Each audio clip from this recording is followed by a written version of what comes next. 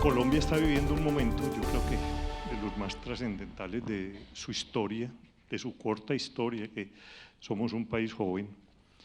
Y estas dos instituciones han querido convocar a esta reflexión en estos momentos en donde estamos cerca a firmar un acuerdo con uno de los grupos insurgentes actualmente en conflicto, que es FARC-EP. Y lo que pretendemos es construir una opinión pública informada, independiente y deliberante. Ese es el propósito de estos encuentros. Estamos muy impresionados por la acogida, están llenos los 3 auditorios y vamos a empezar.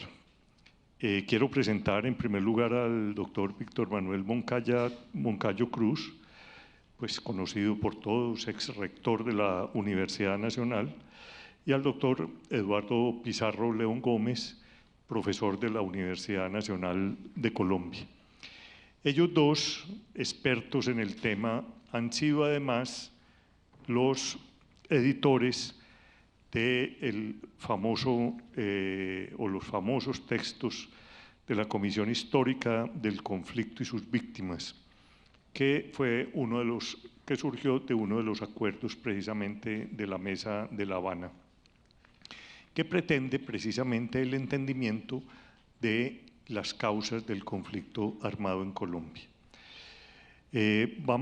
Metodológicamente, como estamos en televisión, vamos a ser muy estrictos en el tiempo.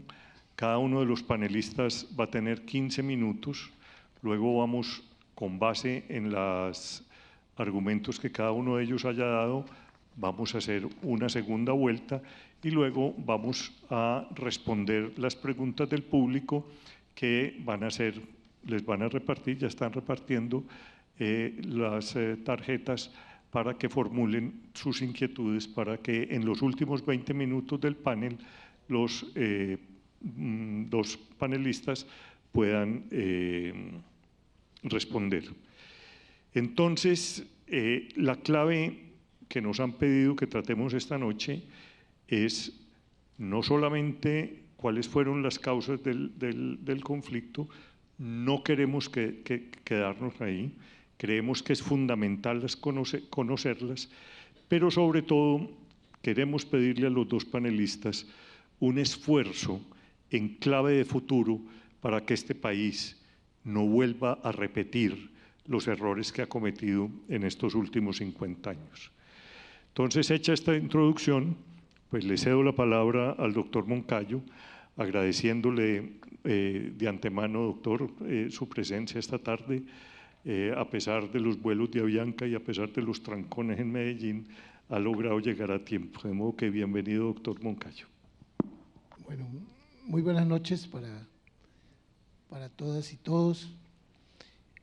Lo primero sea pues agradecer a los organizadores de este foro, que tengo entendido es parte de una serie de reuniones deliberativas que se han organizado con el propósito de poner en común reflexiones sobre las circunstancias propias del desarrollo de los diálogos de paz que se adelantan en La Habana y de los acuerdos y especialmente del acuerdo final que esperamos sea próximamente suscrito.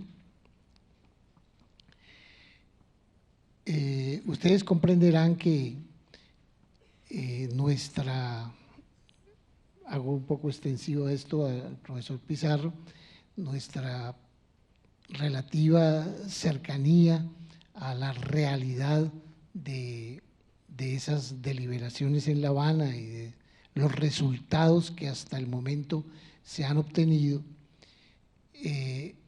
viene de hace más o menos un par de años en que creo que tanto él como yo fuimos invitados a participar en algunas de las sesiones relativas a los temas de la agenda. En mi caso, recuerdo haber participado en una reunión que se hizo a propósito del tema de participación política. Y posteriormente, como se acaba de recordar, tuvimos la responsabilidad de formar parte de ese grupo que se llamó la Comisión Histórica del Conflicto y sus Víctimas, que hace año y medio, en enero del año anterior, del 2015, presentó ese informe que ya es conocido en el medio nacional y a propósito del cual ya se han realizado numerosos foros en todo el país y también aquí en Medellín en varias ocasiones hemos asistido. Y con posterioridad a eso, pues hemos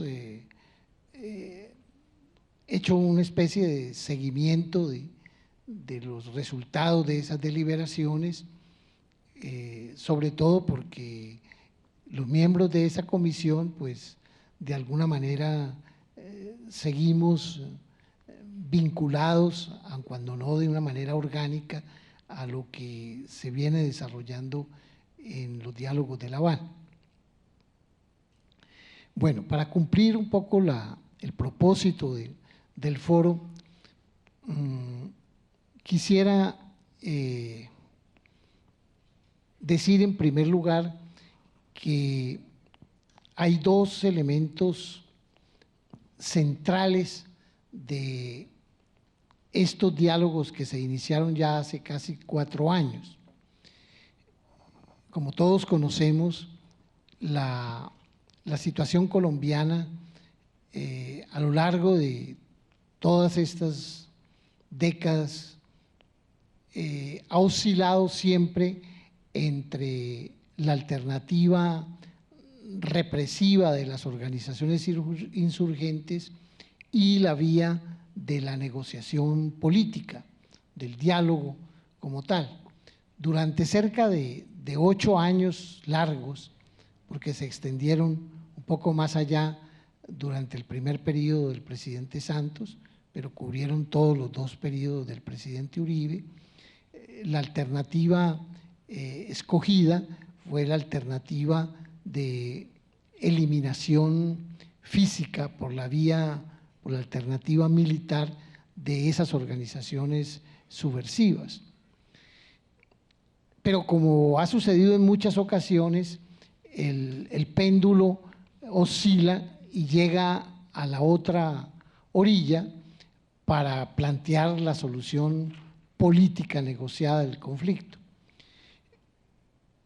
Y precisamente eso es lo que ocurrió bajo el primer periodo del presidente Santos, que tomó la decisión, después de haber dicho con claridad en muchas de sus intervenciones que él tenía en su bolsillo la llave de la paz, de adelantar unas conversaciones discretas que no se conocían al público y que aterrizaron en una agenda de 5 o 6 puntos que fue promulgada en un acto significativo en Oslo, repito, hace cerca de 4 años.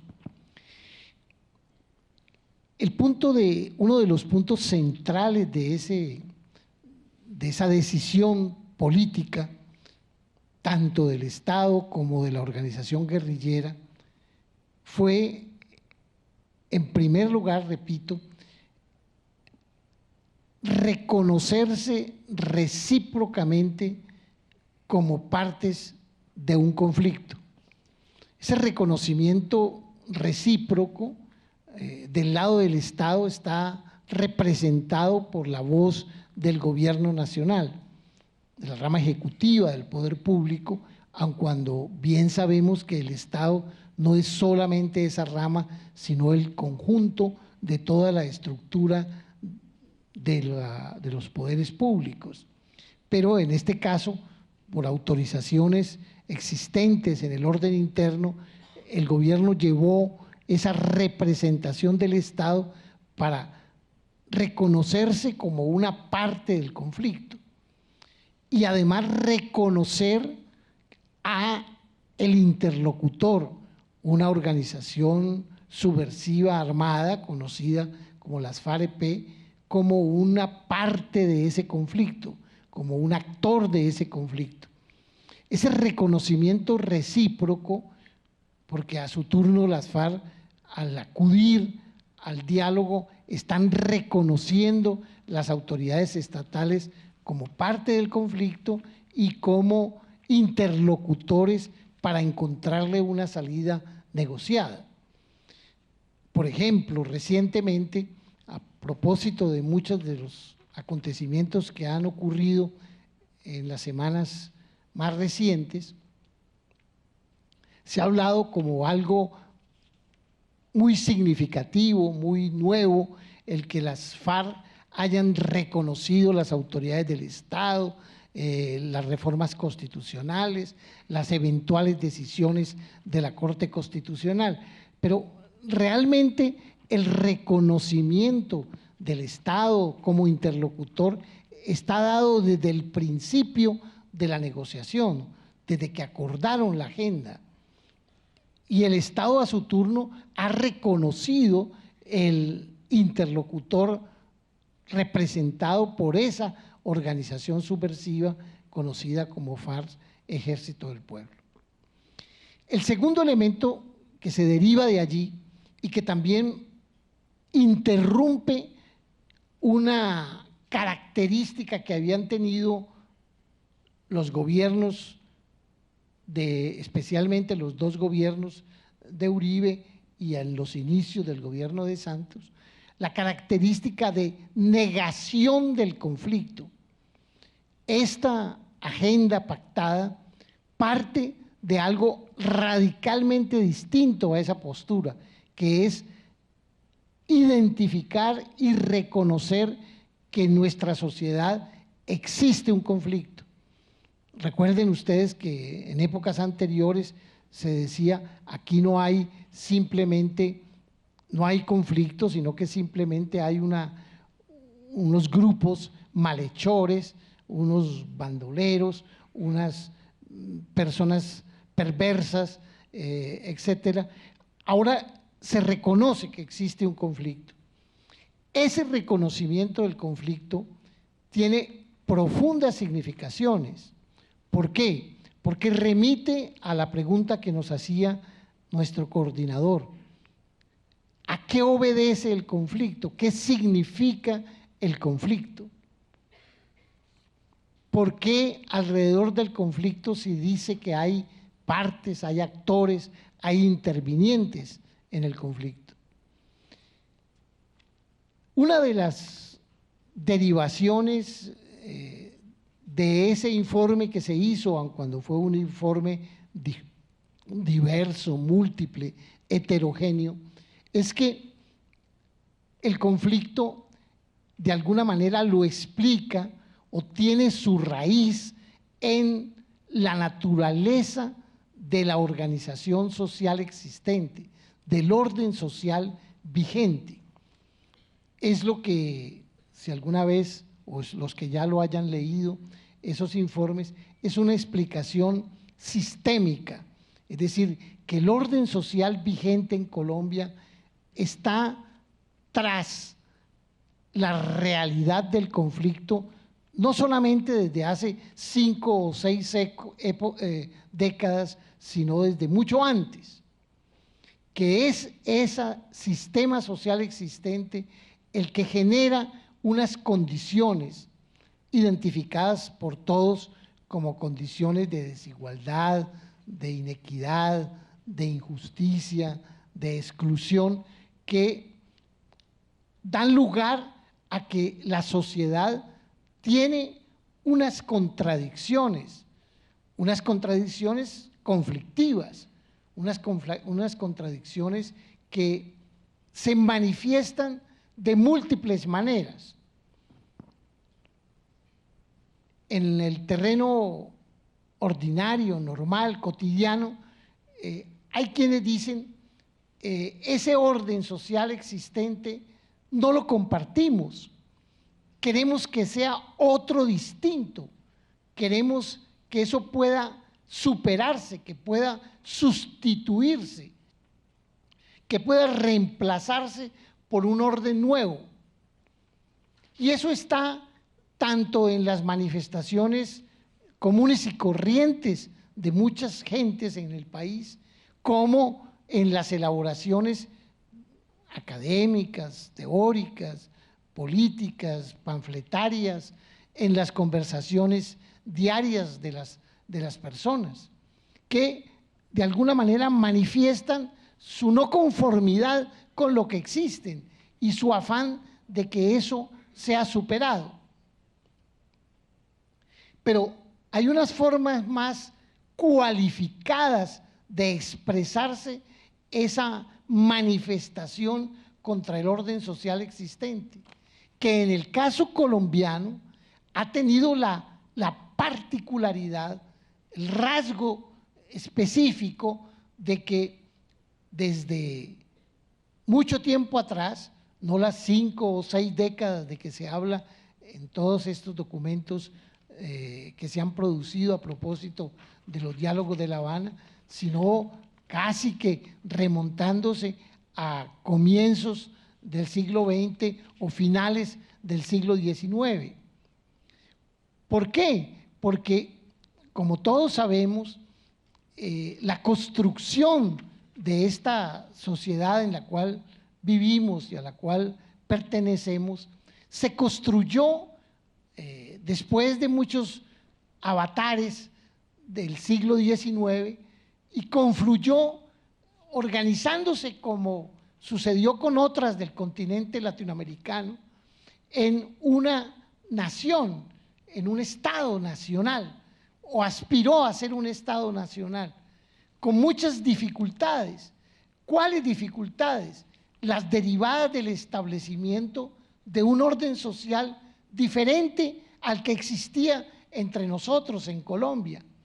Éramos una sociedad que había atravesado por todo el periodo colonial y que la ruptura de la forma colonial, la ruptura política de comienzos del siglo XIX, condujeron en América Latina y entre ellas a Colombia a que unos grupos humanos alrededor de ciertos territorios que no estaban definidos entonces, se fueron conformando como tales y entraron a un sistema distinto que, sin temor a equivocarnos, es el sistema conocido planetariamente como la organización social y productiva de tipo capitalista. No sin problemas, porque evidentemente eso tiene unas especificidades derivadas del orden nuestro, de la historia nuestra. Pues bien, desde los inicios de eso, tanto los que promovían ese orden nuevo lo defendieron con todos los elementos que tenían a mano, tanto del orden jurídico que fueron construyendo, como por fuera de ese orden jurídico, es decir, acudiendo a formas inclusive extremas que riñen con lo que llaman la violencia legítima, por fuera de la violencia legítima, apoyando organizaciones o grupos o entidades o aparatos por fuera del Estado. Y del otro lado, desde esas épocas, empezaron a surgir organizaciones también con la voluntad de erigirse como actores armados, disputándole al Estado la hegemonía, la legitimidad del ejercicio de la fuerza.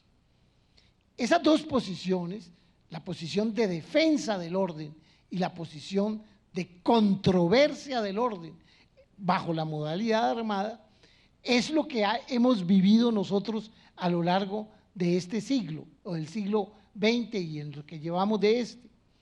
Ahora, ese conflicto, en su expresión armada, en su expresión violenta, es lo que se trata de terminar. Cuando se dice reconocemos el conflicto, se está diciendo el conflicto existe, pero vamos a terminar la forma de expresión, la modalidad de manifestación armada o violenta del conflicto. El conflicto no termina con la negociación del conflicto armado.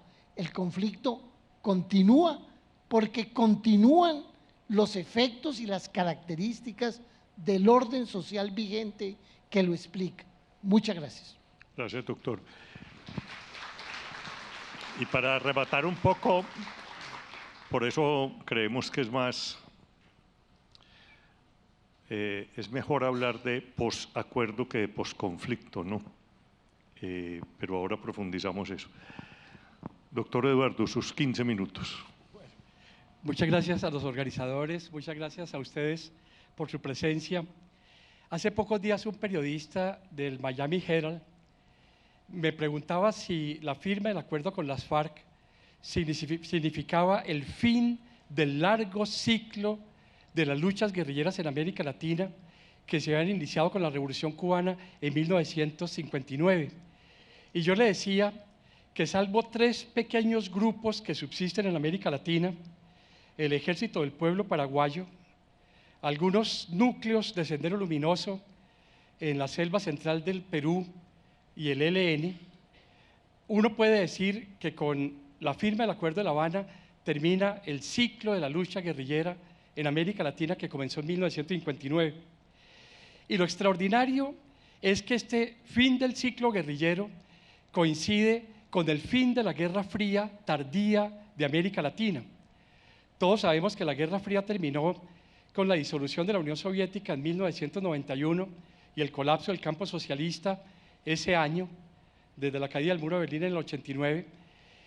Pero en América Latina la Guerra Fría tardía continuó y se cierra este año con el abrazo en La Habana entre Barack Obama y el presidente Raúl Castro.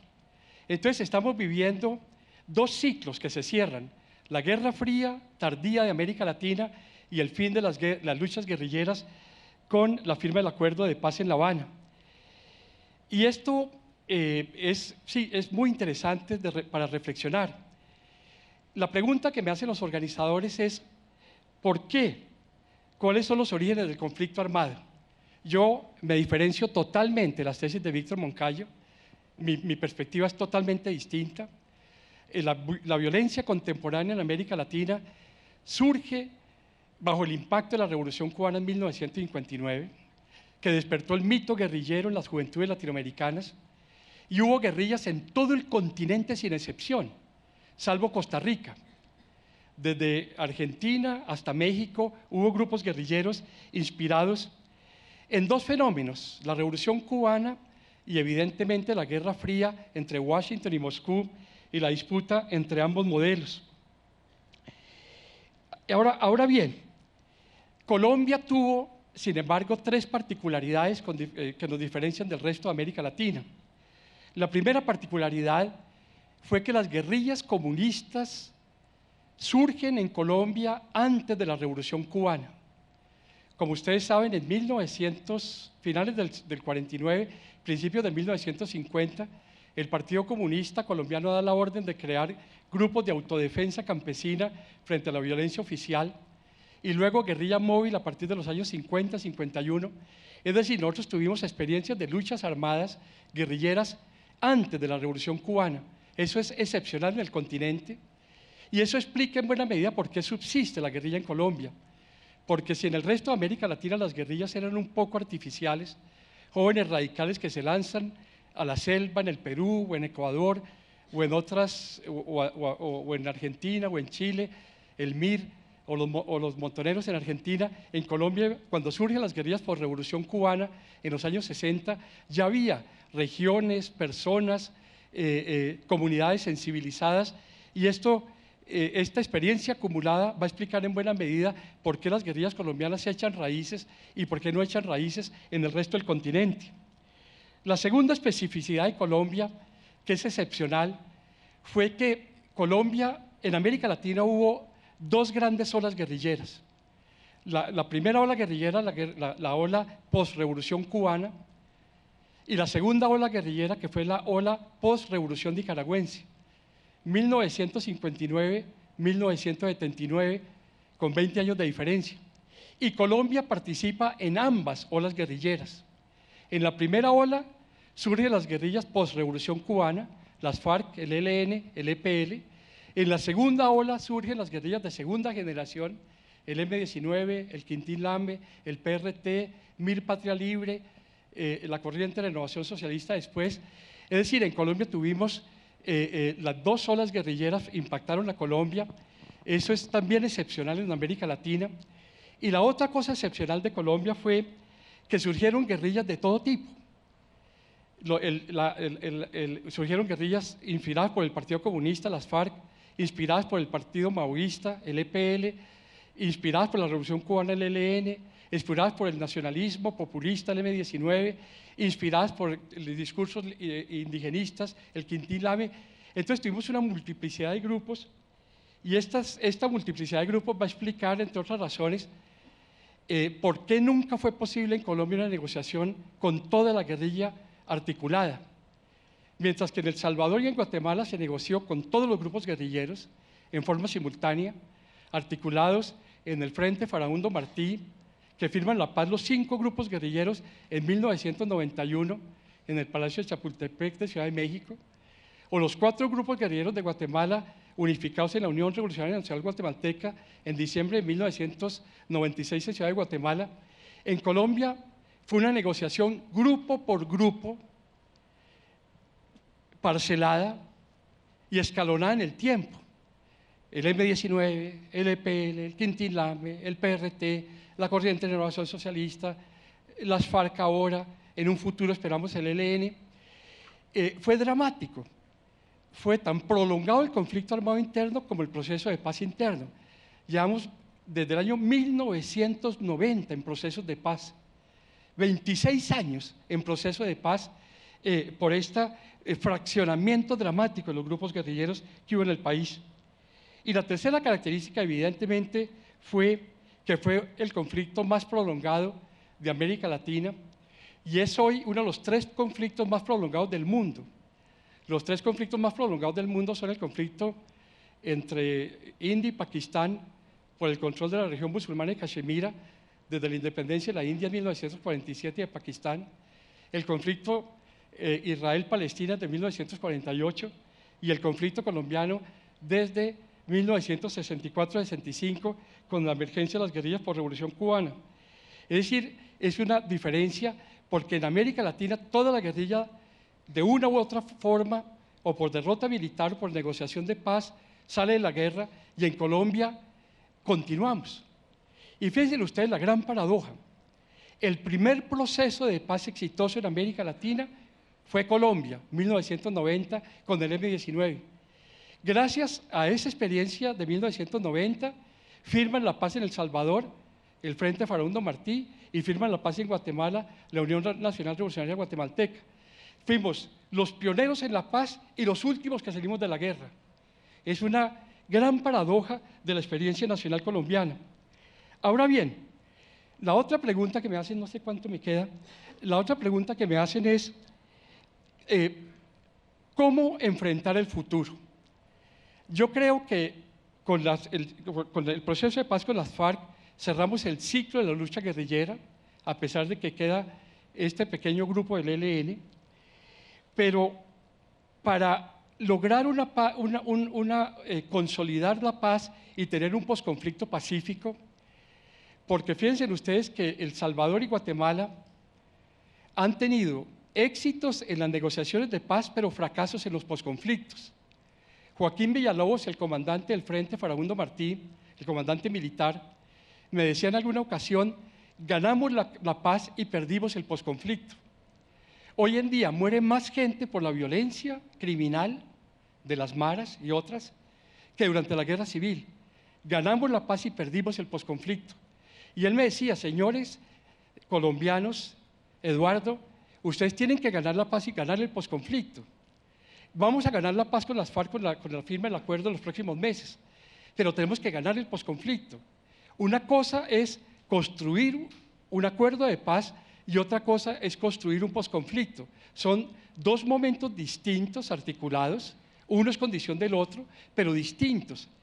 Y de acuerdo con el informe que hicimos para La Habana, tenemos que enfrentar fundamentalmente 8 temas. Primero, el narcotráfico y su incidencia en la gestación de economías de guerra. Segundo, tenemos que superar los patrones de violencia contra la población civil, el secuestro y la extorsión, que generan reacciones violentas. Tercero, hay que fortalecer la presencia institucional, sobre todo en las zonas más marginales del país y en las zonas fronterizas.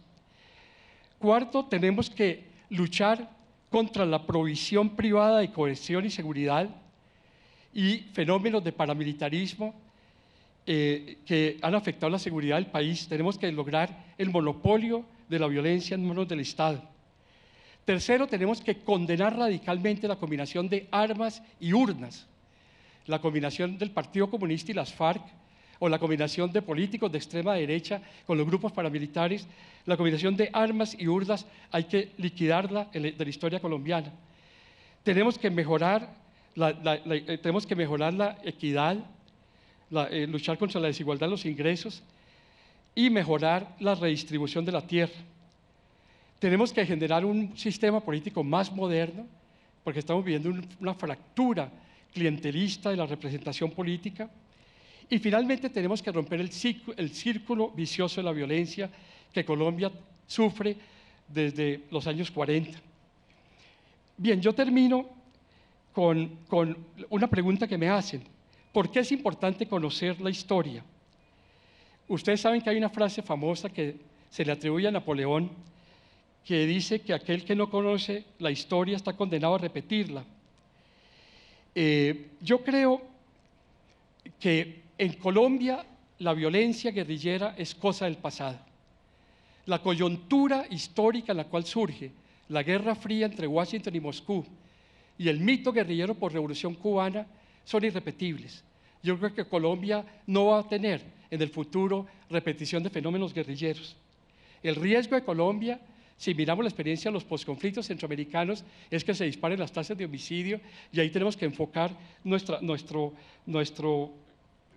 lucha. Ahora bien, yo acabo de llegar de un seminario en París. Hoy hubo un ataque brutal en Niza, al sur de Francia, donde murieron más de 60 personas. El ejército islámico lo acaba de reivindicar. Y en este seminario de París, que se llama Salir de la Violencia, el organizador, Michel Viviorca, un sociólogo muy prestigioso, comenzó con una frase muy impresionante. Nos dijo: mire, señores de América Latina, les tengo una buena noticia. América Latina va a ser la única región del mundo que no va a sufrir las guerras del siglo XXI. Las guerras del siglo XXI son las guerras de identidad y las guerras de religión. Estos conflictos que estamos viviendo en Europa, con el populismo de derecha, la xenofobia, la identidad de Dinamarca, de Noruega, de Suecia, el rechazo al extranjero, y estas guerras de religión que están afectando al norte de África, a Asia, a otras regiones del mundo. Ustedes, los de América Latina, tienen un gran privilegio. Van a ser los únicos que van a escapar de las guerras del siglo XXI. Eso me parece extraordinario y sorprendente. Y yo creo que si nosotros logramos firmar el acuerdo de paz con las FARC, construir un posconflicto serio, América Latina va a ser un continente lleno de oportunidades para el futuro, lleno de oportunidades, porque estamos viviendo un mundo muy afectado por la violencia de múltiples rostros y América Latina va a ser, insisto, el único continente que va a escapar a las guerras que están afectando hoy al mundo. Muchas gracias. A ti, Eduardo, muchas gracias.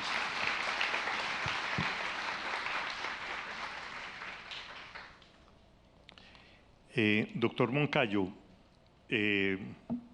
desafortunadamente pues el tiempo es muy corto y usted no tuvo tiempo de desarrollar, dijéramos, la segunda parte de las preguntas que habíamos enviado. Yo creo que es importante y el propósito de estos encuentros es precisamente aprender lecciones. ¿Qué dejó el conflicto? Fuera de la sangre, del dolor, pero aprendizaje para no repetición. También en una clave, no son las mismas las condiciones de Colombia en 1964 que en el año 2016.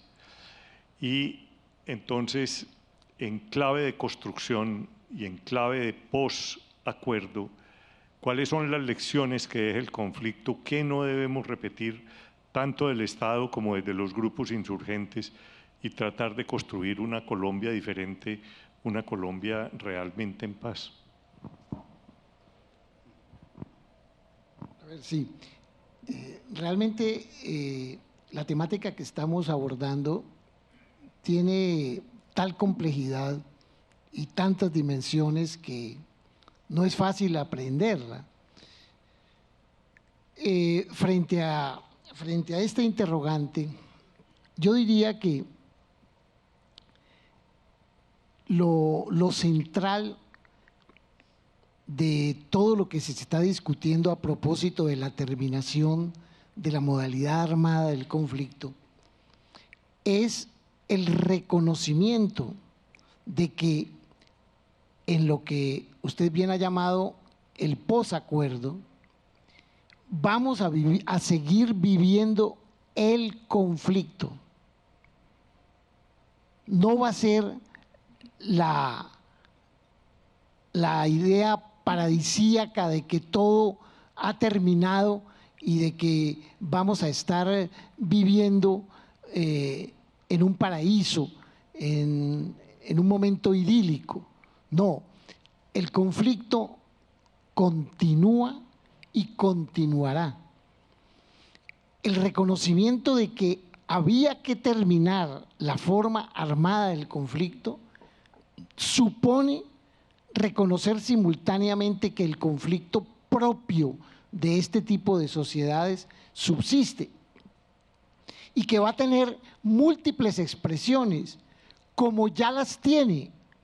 De alguna manera, la cesación del conflicto armado no es por la derrota de la posición armada o por su claudicación, sino porque interiormente hay un reconocimiento de que las transformaciones que ha sufrido la sociedad han ofrecido otras alternativas expresivas del conflicto, que son las que se están construyendo cotidianamente en Colombia, alrededor de múltiples temas, de diversos temas.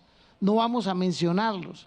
No solamente lo agrario, no solamente la defensa del medio ambiente, la protección de los páramos, no solamente el problema de la precariedad del empleo, tantos factores que todos los días los vemos expresarse.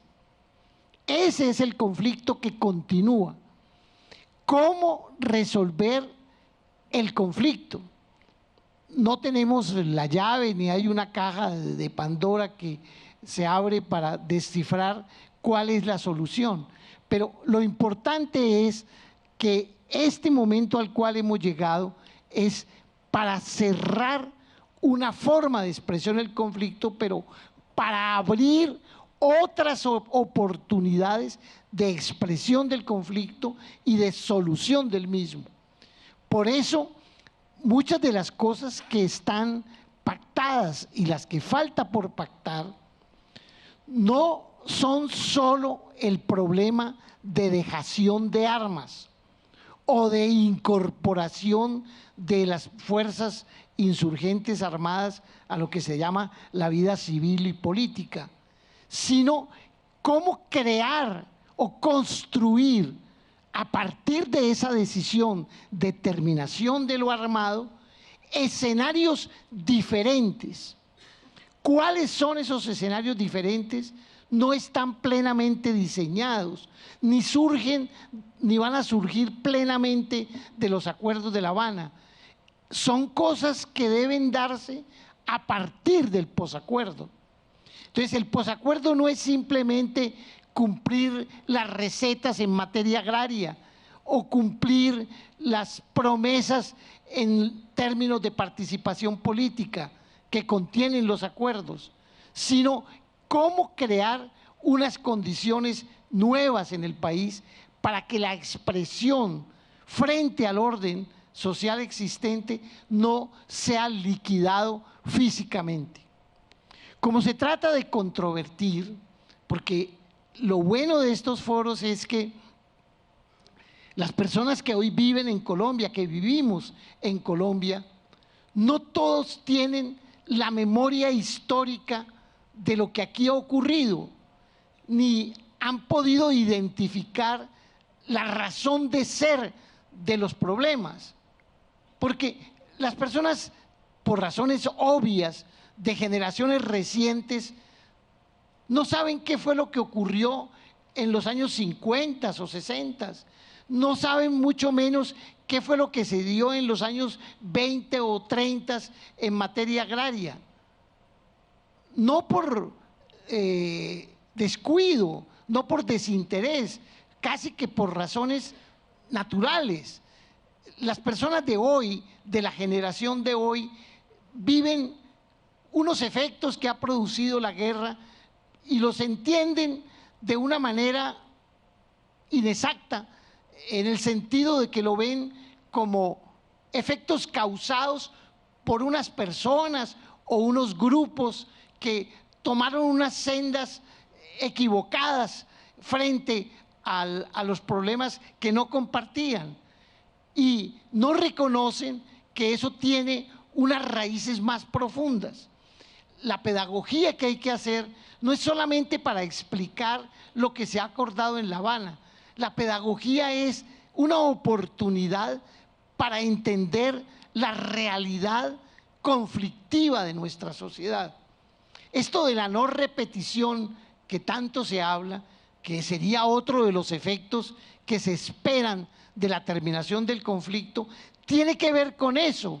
No es simplemente la promesa del mea culpa de unos sujetos que dicen me arrepiento de lo que hice y no lo vuelvo a hacer, en la posición casi que típicamente cristiana del confesionario. No, la no repetición es que no existan condiciones para que la expresión armada vuelva a darse. Y esas condiciones, esos escenarios son para construirlos entre todos en la época del posacuerdo. Además, para terminar y no abundar más sobre esto, el problema de la violencia en Colombia no remite solamente a los años 40 o 50. Seguramente tiene la influencia de la Revolución Cubana o de los efectos tardíos de la Guerra Fría, pero la violencia en Colombia es anterior a eso. Si el problema agrario que engendró víctimas en Colombia, de carne y hueso, de sangre, es de los años 20 o 30, cuando ni siquiera había empezado a enfriarse la guerra. Esa es la realidad colombiana. ¿Por qué? Por la llegada de un orden nuevo que asedió el sector rural para transformarlo a la brava, con violencia, con sangre. Eso ensangrentó a Colombia y esa es una realidad que no deriva de la Revolución Cubana o de la influencia de otros grupos maoístas o del Partido Comunista. No, es una realidad enraizada en la realidad colombiana, una realidad colombiana que seguramente tiene particularidades que la diferencian de otras, pero que en nuestro caso asumió esos rasgos violentos que tanto nos duelen. Yo concluiría ahí, sin perjuicio obviamente de que nuestro moderador nos ayude a poder no dispersarnos tanto y poder precisar algunas cosas más. Muchas gracias.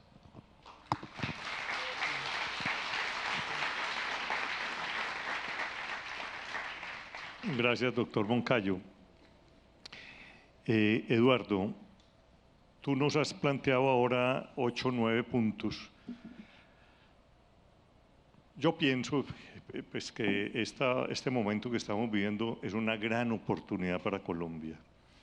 Yo pienso que el acuerdo no es un punto de llegada, sino un punto de partida para la construcción de un nuevo país, pero con base en una agenda. Y es fundamental conocer los orígenes, las causas, las lecciones que debemos aprender de él. Pero la construcción de una nueva Colombia yo creo que va más allá. El mismo conflicto degradó al ser humano. A mí me impresiona, en una ciudad como Medellín, las víctimas del conflicto son mínimas. Las muertes en Medellín son por intolerancia, por cultura ciudadana. La felicidad nosotros la expresamos matando. El Día de la Madre es el día más violento. El triunfo de un equipo de fútbol es la generación de desatar violencias. Entonces hay una profunda, dijéramos, reflexión sobre el ser nacional, y esto es una oportunidad inmensa. Entonces, Eduardo, ¿por qué no ampliamos un poquito esa agenda? A mí una de las cosas y a muchos que nos está preocupando muchísimo y que es una de las grandes amenazas para el acuerdo, es que nos sorprende el acuerdo triplicando los cultivos de coca, es decir, alimentando el narcotráfico, que yo creo que es una de las variables que se atravesó en el conflicto colombiano y que ha sido una de las causas de que se haya perpetuado. Entonces, ¿por qué no profundizamos un poco más en eso y entendamos el acuerdo como una oportunidad? Bien, no, yo quisiera, en primer término, es obvio que mi punto de vista es radicalmente distinto al de Víctor Manuel Moncayo. Yo no comparto sus puntos de vista. La historia de Colombia no es una historia de violencia. En el siglo XIX hubo una serie de guerras civiles que fueron muy poco mortíferas, salvo la Guerra de los 1000 días. La Guerra de los 1000 días terminó en 1902 y entre 1902 y 1948 Colombia era el país de mostrar a nivel mundial. No había dictaduras militares, había gobiernos civiles, había elecciones regulares. La tasa de violencia de Colombia en 1930 era más baja que la tasa de homicidios de Europa.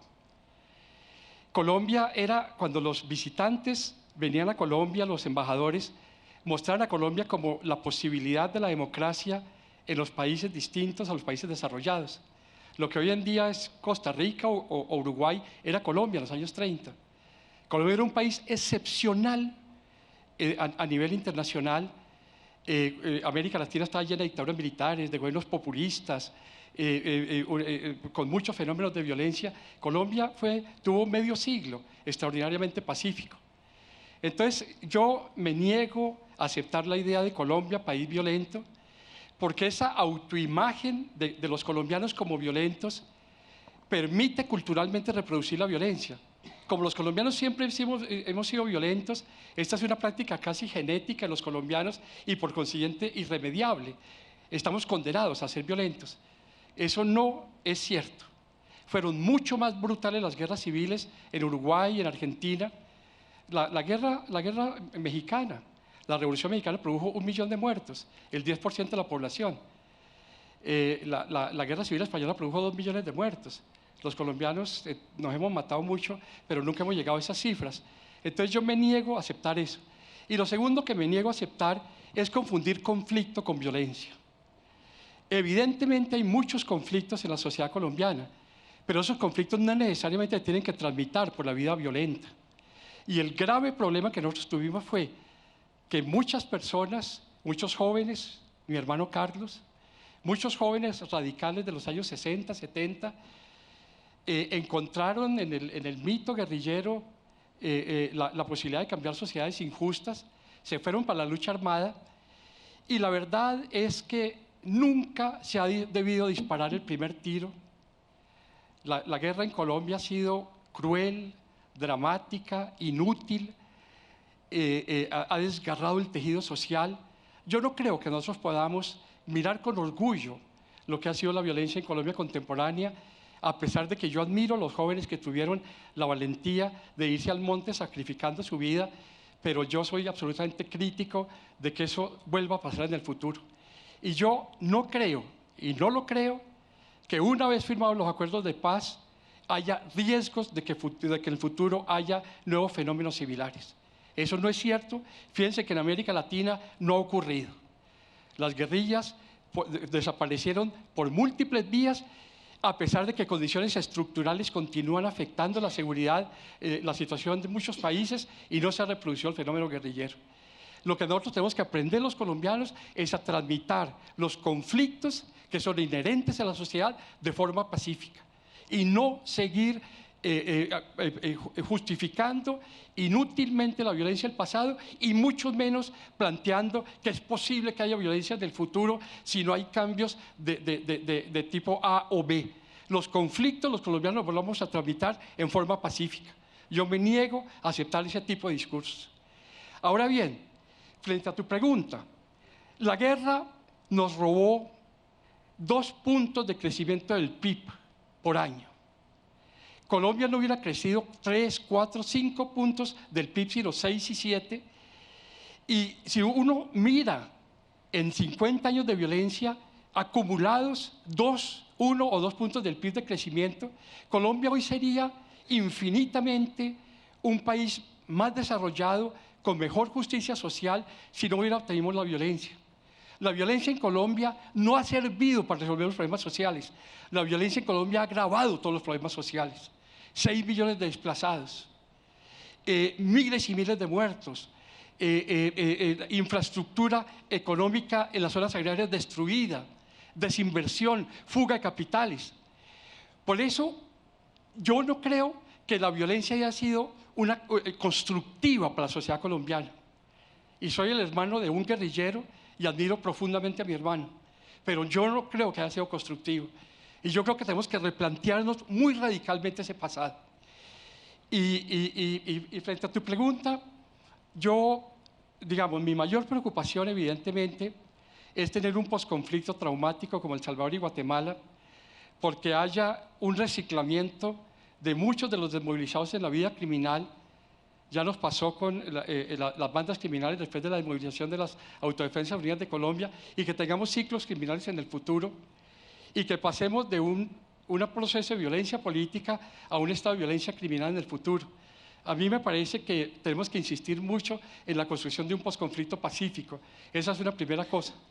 Y la segunda cosa que yo creo que va a pasar con Colombia es que Colombia va a tener una gran oportunidad histórica.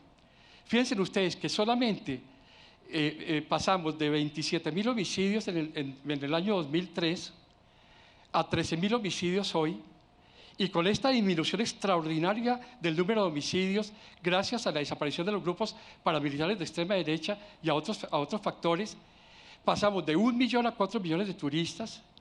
Colombia se convirtió en la 9ª potencia mundial de jubilados que están buscando con 3.000 euros poder vivir sus últimos años en tranquilidad. Primero se iban para España, luego para México, luego para Costa Rica, para Panamá, y ahorita están llegando masivamente a Colombia, a la zona cafetera, Boyacá, a otras zonas del país. Colombia tiene una gran oportunidad histórica, y yo lo que creo es que tenemos que aprovechar esta oportunidad histórica de la firma de la paz para proponernos los colombianos de objetivos futuros. Y esos objetivos futuros tienen que ser construyendo conflictos pacíficos, resueltos en forma pacífica, y buscando consensos nacionales fuertes hacia el futuro. Creo que tenemos la oportunidad de cerrar el ciclo de la violencia y de construir un país que puede ser ejemplar hacia el futuro. E insisto en el discurso de Michel Viviorca, es la gran oportunidad de América Latina.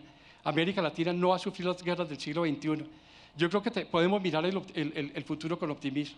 Muchas gracias, doctor Víctor Manuel, y muchas gracias a Eduardo. Desafortunadamente, ¿cuál era el presentador que decía el tiempo en la televisión es un tirano? Y se nos ha acabado el tiempo, quedan muchas preguntas, pero yo creo que este es el inicio de una larga conversación. Este es el primero de muchos foros que vamos a seguir realizando. Yo creo que este ha sido muy fructífero. Sabíamos desde el comienzo, basta leer los prólogos de los dos relatores en donde muestran sus posiciones distintas, pero yo creo que eso es el reflejo de lo que queremos construir en esta nueva Colombia, que nos respetemos en las ideas, que podamos discutir civilizadamente cada uno las ideas y las opiniones y las convicciones que cada uno tenga. De modo, doctor Moncayo, que muchas gracias, doctor Eduardo, muchas gracias, y a ustedes muchas gracias por la presencia.